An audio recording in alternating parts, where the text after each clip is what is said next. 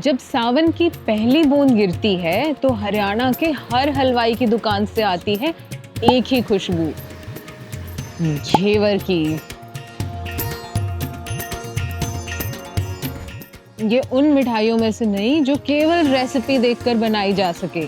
इसे बनाने के लिए इंग्रेडिएंट से ज्यादा जरूरी है कारीगरी, तजुर्बा और सही मोमेंट को पहचानने की समझ। थोड़ा सा भी हाथ हिल जाए तो उसका कोई असर आता है इसको जी, बनाने पे? उससे जो फिर घेवर खराब हो जाता है। देखो जी, ये हो गया खराब, ये वाला पीस खराब हो गया। अच्छा, क्योंकि इसमें सही धार नहीं गई जी, इसलिए। ये एक ऐसा क्राफ्ट है जिसे कारीगर सालों की प्रैक्टिस के बाद सीखते हैं और फिर हर सावन फिर से अपनी स्किल की परीक्षा देते हैं।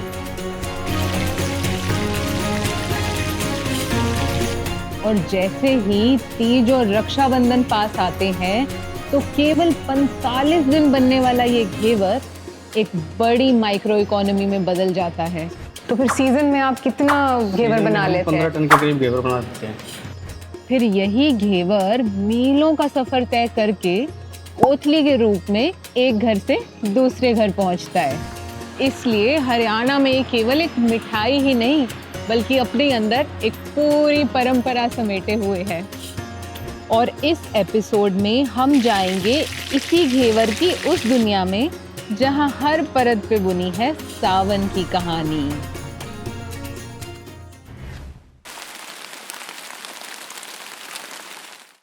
सावन का हरियाणा में तो बहुत ही महत्व है, क्योंकि हरियाली तीज जो है इसी महीने में आती है। इसको हरियाली तीज को हम भगवान शिव और शक्ति से जोड़ते हैं। माता पार्वती ने इसी महीने में कठोर तपस्या की थी, तो इस महीने में भगवान जी ने उनके प्रेम को स्वीकृति दी थी। जब उनकी माँ ने विदा किया तो उपहार स्वरूप उन्हें वस्त्र, श्रृंगार का सामान और मिठाइयाँ देकर विदा किया। तो इसी तरह हम लोग हरियाणा में शादीशुदा बेटियों के घर सिंधारा और कोथली भेजते हैं, जिसमें पहले तो सरसों के तेल में बने हुए अपने गुलगुले और सुहाड़ी और सब लड्डू, मठरी ये सब बना के हम लोग भेजते थे। फिर हमने धीरे धीरे उसमें ऐड ऑन किया कि कुछ बिस्किट्स उसमें ऐड ऑन हो गए, बतासे जिनको हम बोलते हैं वो ऐड ऑन हुए। फिर एक ऐसी मिठाई उसमें ऐड ऑन हुई जो उसके बिना आज ये त्योहार ही नहीं माना जाता, जिसे कहते हैं हम घेवर। बेकरी वाले केक घर घर पहुंचने से पहले था हमारा अपना ट्रेडिशनल केक, हमारा घेवर। इसे बनाने के लिए किसी अवन की जरूरत नहीं थी, पर देखने में ये किसी मास्टरपीस से कम नहीं था। तो चलिए चलते हैं उस जगह जहां घेवर वास्तव में आकार लेता है। हम आए हैं लक्ष्य स्वीट्स के घेवर मैन्युफैक्चरिंग यूनिट में और यहाँ आके पता चलता है कि घेवर सिर्फ रेसिपी से नहीं बनता।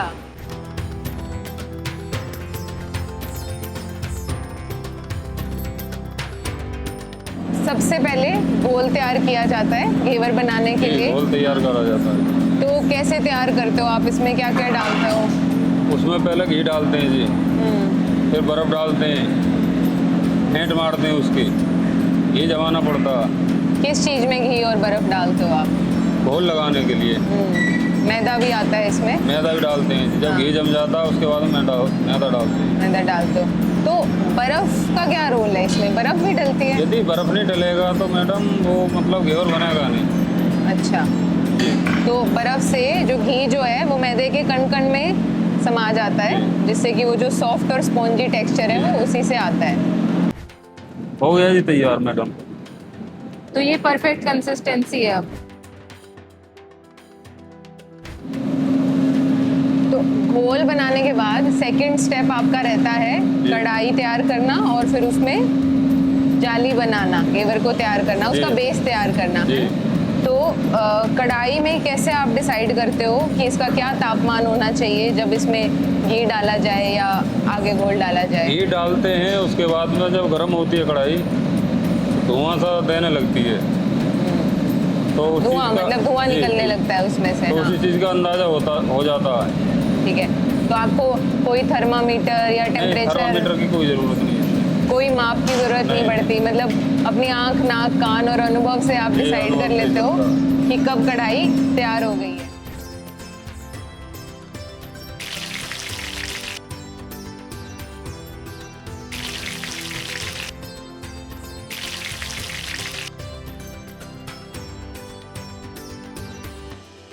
उसके बाद क्या किया जाता है?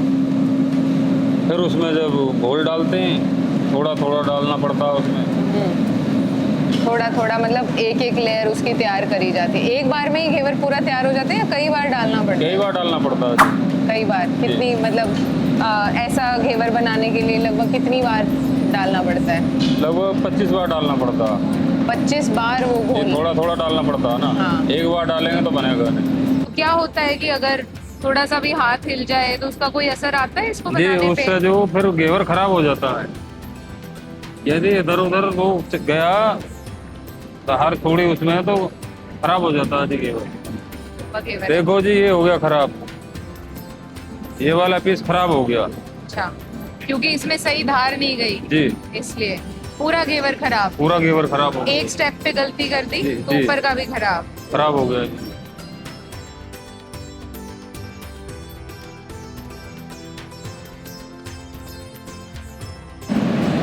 फिर उसको चाशनी में डुबोएंगे। तो डुबोते हो तो आपको किन बातों का ध्यान रखना पड़ता है कि इसकी एक एक जाली तक जो है चाशनी पहुंचे?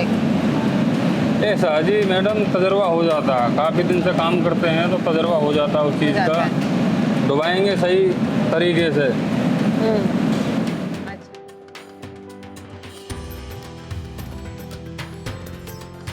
तो अब ये इतना बड़ा घेवर चाशनी में डूबने जा रहा है मीठा होने के लिए।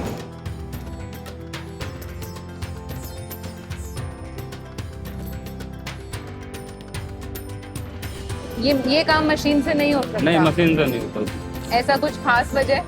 खास वजह ये है कि जो हाथ का काम होता है स्वादिष्ट बनता है, टेस्टी बनता है उससे।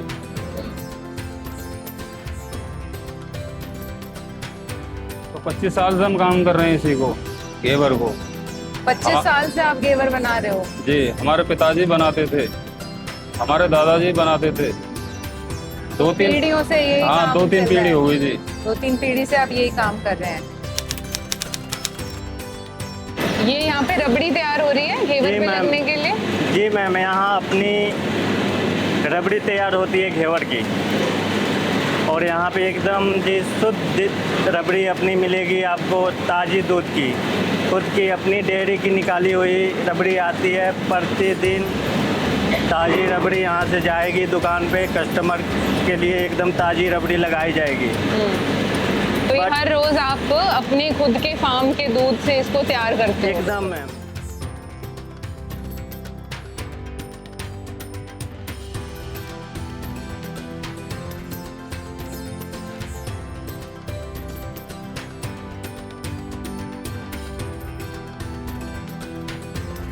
तो बेस कुछ भी हो घेवर का, चाहे जी, मैम। केसर हो चाहे गुड़ का हो, रबड़ी यही लगती है? जी मैम, घेवर कोई सा भी हो, बेस अपनी यही लगती है। अच्छा। रही बात उसमें केसर गुड़, जो गुड़ है वो तो अलग है, लेकिन और जो भी मावा वाली घेवर है अपनी, सारी में यही रबड़ी लगेगी रबड़ी यही अपनी। लगती है। और केसर वाली के लिए उसकी केसर कूट के अलग से उसकी फ्लेवर मिलाई जाती है। अच्छा। बाकी उसमें भी रबड़ी यही सेम रहती है। यही लगती है। जी मैम।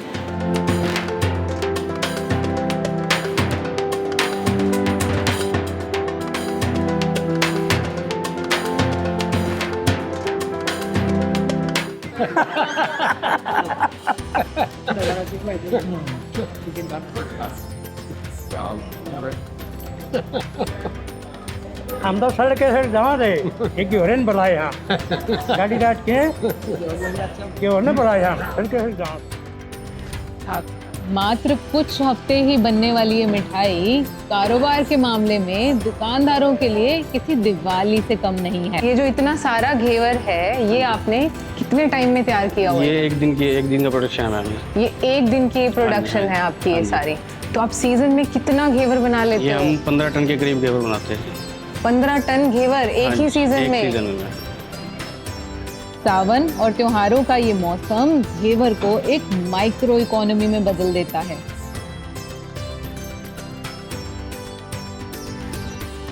तो घेवर सीजन इज फाइनली हियर और मिठाई इंडस्ट्री वालों के लिए तो ये सीजन बहुत ही खास माना जाता है।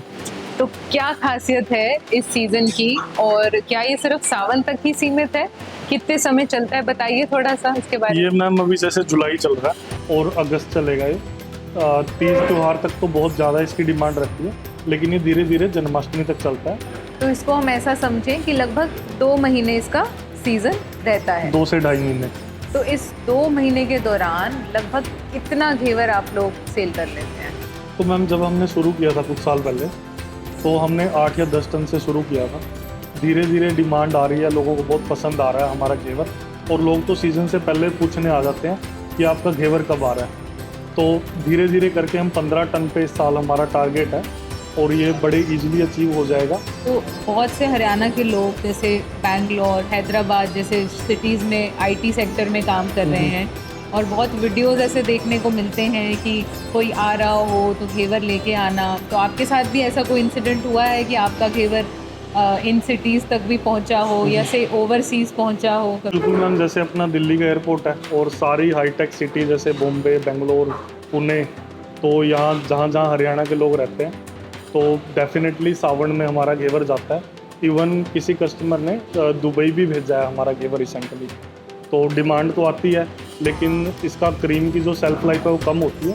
तो जहाँ की कनेक्टिंग फ्लाइट है 3-4 घंटे में जहाँ पहुँच जाता है तो वहाँ पे लोग इसको ईजिली लेके जाते हैं। घेवर को अक्सर एक प्रीमियम मिठाई के रूप में देखा जाता है।